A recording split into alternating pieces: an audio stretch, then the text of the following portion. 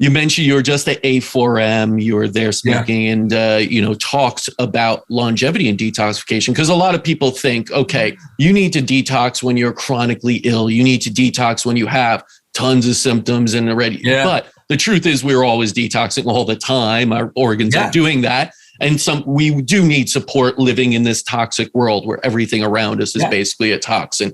Can you go into how that directly impacts longevity and this idea of anti-aging through detoxification? Yeah, no, it's huge. When I used to go to A4M, like 10 years ago, I started going and I had this complex. I was like in the back in these little booths and I'm just the guy who takes out the trash. And up in the front, there's stem cells and hormones and all this sexy stuff.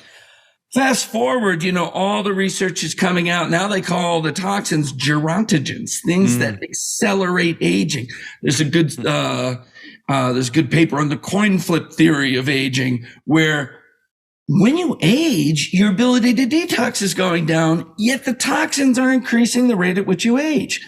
We just did a 40-person 3-month study where we drove detox and you'll see detox dovetails right into metabolism and cardiometabolic health. And that is right into health. And it dovetails right into sirtuins and these things like senescence and telomeres. We just hit these things for 3 months. We were able to reverse biological age, those epigenetic ages, the Horvath clock. We took a year off that and dramatically slowed down the rate of aging. We did much better than caloric restriction in a 2-year study. That was by offloading these toxins at the same time, upgrading the activity of the detox system and the mitochondria, and all these things come with it. And so the toxins, so we talk about sirtuins, and sirtuins are putting you into these higher grade metabolic and regenerative programs where you're not accumulating weight, you're burning very effectively. This accumulation of weight is turning up inflammation. Inflammation is the road to decrepitude.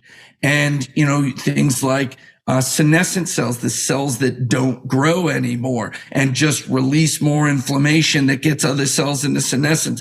All the wrinkling and all the wrinkles, those are senescent cells that aren't making collagen and elastin anymore. That process is driven by detox, and that process drives down the detox system. And so, does the toxin shut that down and then propagate it, or is it decaying and then allowing the toxins in? Either way, you have to keep hitting refresh on the detox system, and that's hitting refresh on this longevity system. I mean, it's just so profound how well those two tie together. And then we have these other aspects of intermittent fasting, carb restriction, water fasting. Those are huge in longevity, right? What's the target they're hitting? It's AMPK. And AMPK is your inner metabolic detox.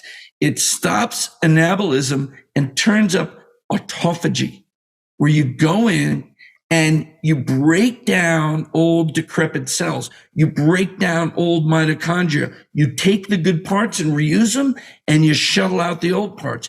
You break down old accumulations of unfolded proteins. You get all this trash out of your system so that you can regenerate. So AMPK is clearing out. Sirtuins then are regenerating. Well, those are totally tied to detox, not just because you're taking toxic cells out, but NRF2 is our trigger that turns up the cellular detox of all the environmental toxins. Well, AMPK and NRF2 are totally tied together. When AMPK is high, say you're intermittent fasting, carb restriction, NRF2 activation is a piece of cake. When AMPK is low and you're carb gorging, it's hard to even get NRF2 up. So all these things come together. So if you can intermittent fast and lower your carb intake while you're detoxing, the whole thing cleans up so well. And then you're going to bring in some of these things like NAD promoters, like nicotinamide mononucleotide, nicotinamide riboside. They're going to help your sirtuins, but they're also going to help your detox, because detox is part of this antioxidant system, the glutathione, and it relies on not NAD, but NAD sister, NADPH, to keep re-reducing all the antioxidants. So all that stuff ties together, and you can tie it all in that push catch system. We very regularly have people add in the NAD precursors, especially when they're older. So all that is just one big continuum. And that detox thing is probably the cornerstone of it. If you're going to go into a toxic body and put peptides and hormones and stem cells in, you're going to waste a lot of money.